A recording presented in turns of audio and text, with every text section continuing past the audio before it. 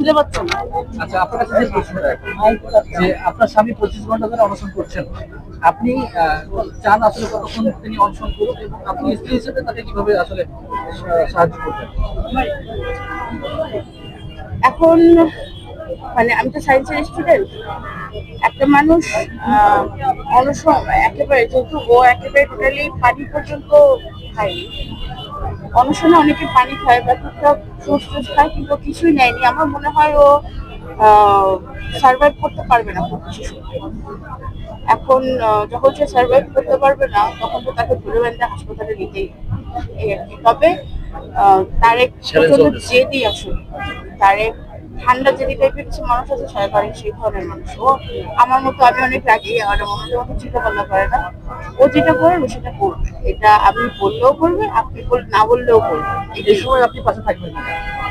তার ভালো কাজের, সবগুলো ভালো কাজের পাশে আমি ছিলাম, আমি আছি, আমি থাকবো। ঠিক আছে, ধন্যবাদ।